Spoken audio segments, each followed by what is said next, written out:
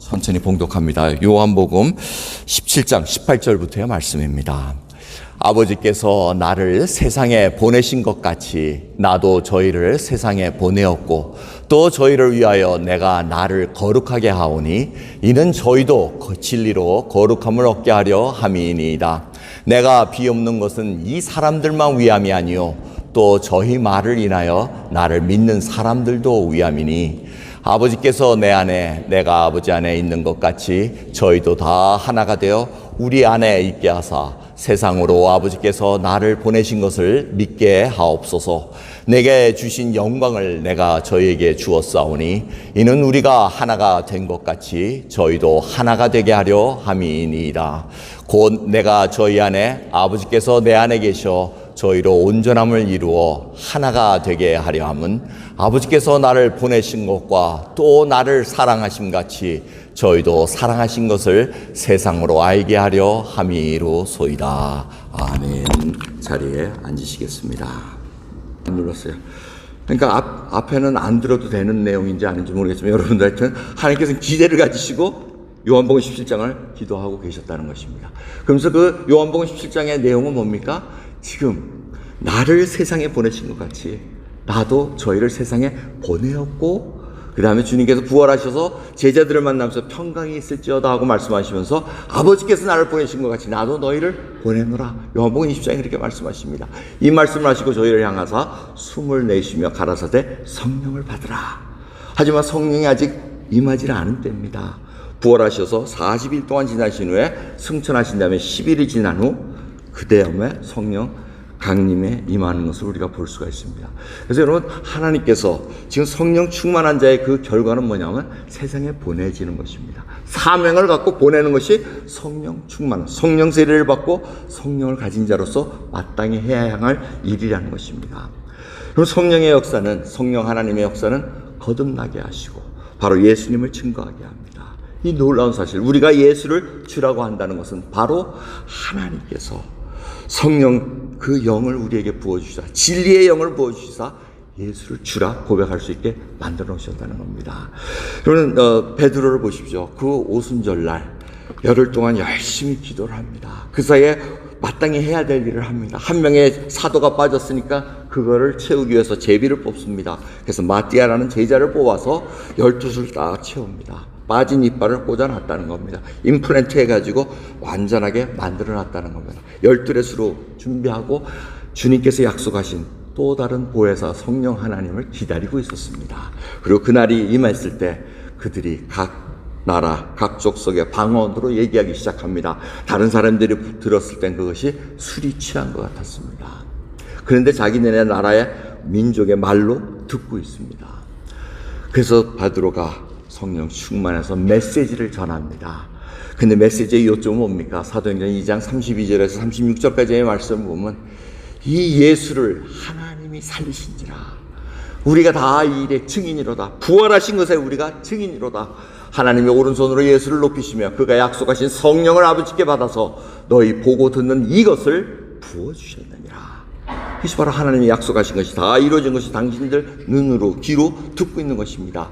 너희가 십자가에 못 박은 이 예수를 하나님이 주와 그리스도가 되게 하셨느니라 하고 말씀하십니다.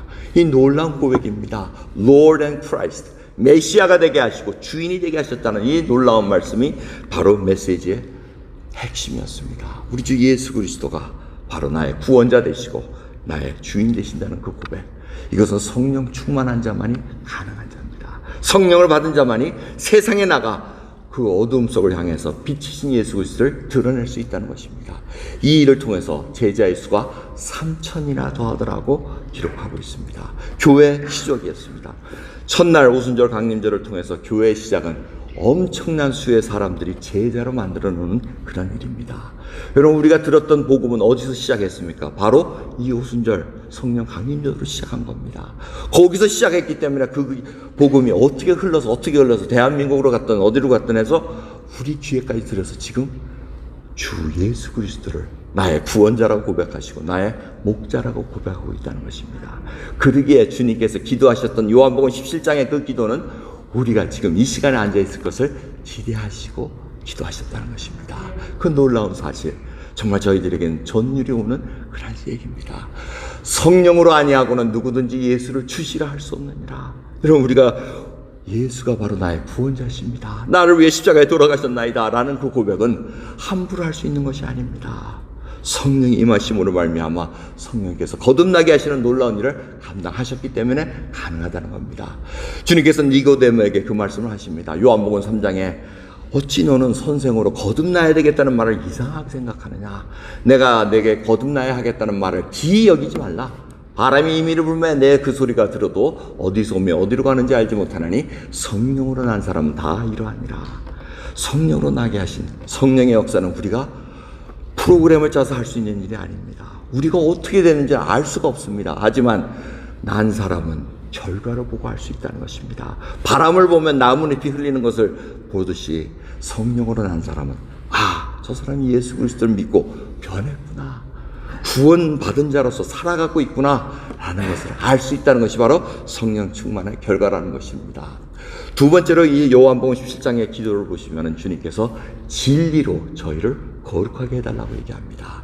이것은 12제자만을, 사도만을 향해서 기도하신 것 아닙니다. 이 사도들이 전하는 메시지를 듣고 믿는 우리들에게도 똑같이 임하기를 원하셨다고 기도하고 있습니다.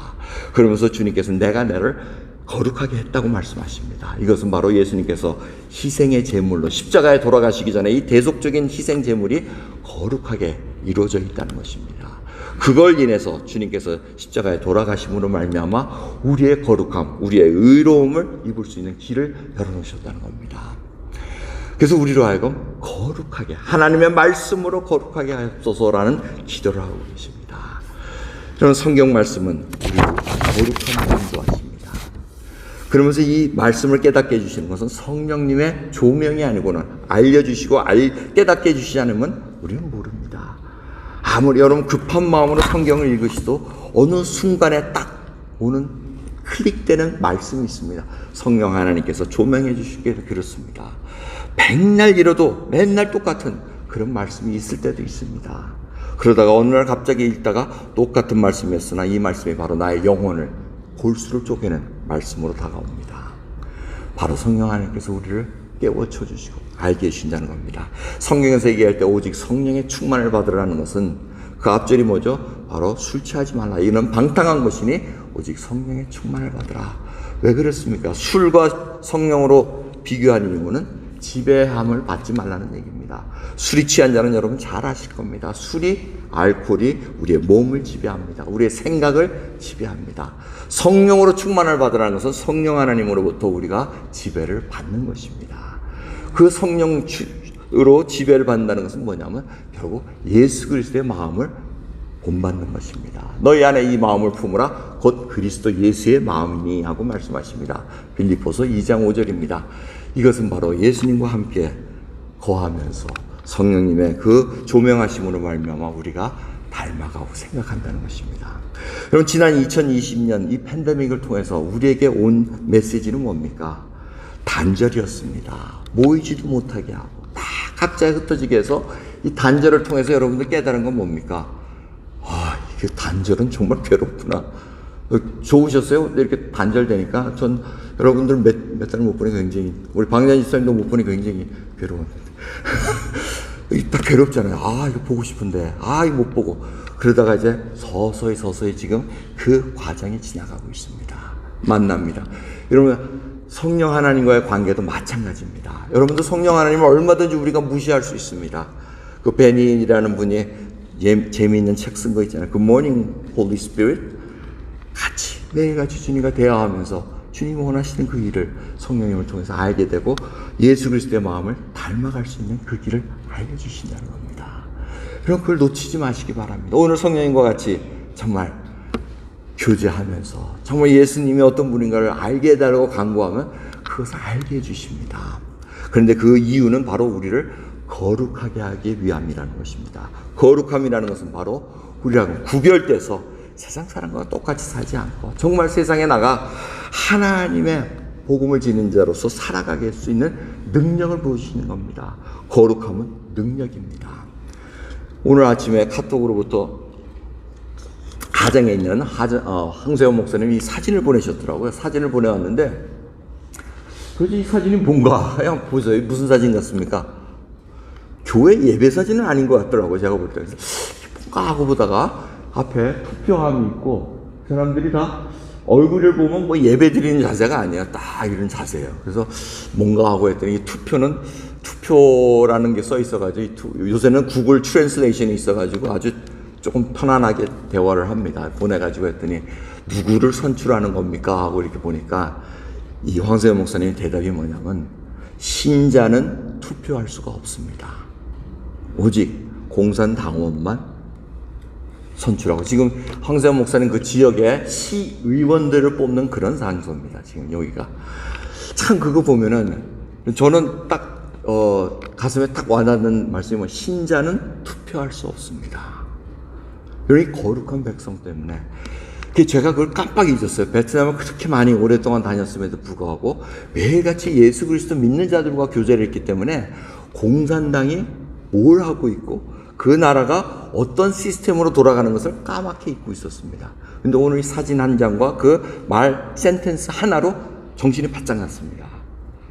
이 베트남이나 공산당이 주도하는 뭐 중국이나 다 마찬가지입니다. 공산당원이 되면 예수 그리스도 믿는 신자가 될 수가 없습니다. 예수 그리스도를 믿는다고 고백하면 공산당원은 다 내려놔야 됩니다. 그 좋은 예가 바로 아강 목사님입니다.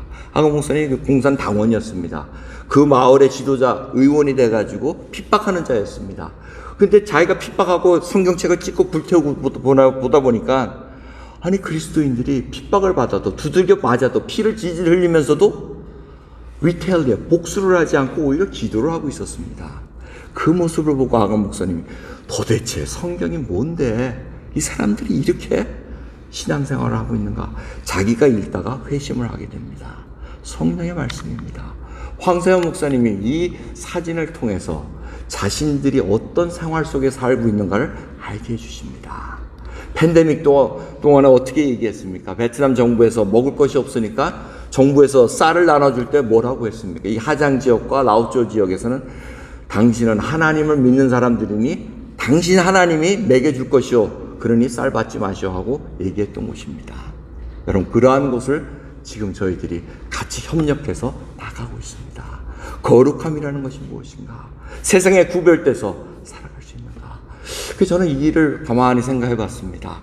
이번 팬데믹을 점에서 미국 정부에서 그래도 그레이스풀하게, 그것도 재정적인 지원이 얼마씩나, 물론 인컴이 많은 분들은 안 나왔지만 인컴이 적은 분들은 그래도 몇백 불씩, 천몇백 불이 넘는 돈들이 나왔습니다. 만약 그 지원금이 예수 그리스도를 믿는다고 하면은 당신은 받을 수 없습니다. 대신 예수님을 믿지 않는다고 하면 그들은 주겠습니다 하면 여러분들 어떻게 하시겠습니까? 웃으시는 거 보니까 예수님은 잠깐 안 믿는 걸로 하고 돈은 받고 그 다음에 다시 회개하고 믿으면 되죠 라는 아주 지혜로운 생각 같지만 그럴 수 없다는 겁니다. 굶어도 주님, 이런 억울한 일을 당하지만 주님 아시지 않습니까? 나에게 그런 믿음이 있는가? 저는 속으로 정말 그런 사건이 오면 어떻게 됐을까? 정말 엄청난 일들이 우리 앞에 지금 놓여지고 있다는 것, 우리가 준비하고 있어야 된다는 것을 다시 깨닫게 줍니다. 마지막으로 주님께서 요한복음 17장에 기도하실 때 세 번째 바라신 것은 뭐였습니까? 아버지께서 내 안에, 내가 아버지 안에 있는 것 같이 저희도 다 하나가 되어 우리 안에 있게 하사 세상으로 아버지께서 나를 보내신 것을 믿게 하옵소서. 다 하나가 됐는데 하나가 되게 한 이유는 세상에 나가 복음을 전할 때 예수 그리스도를 믿게 해달라는 겁니다.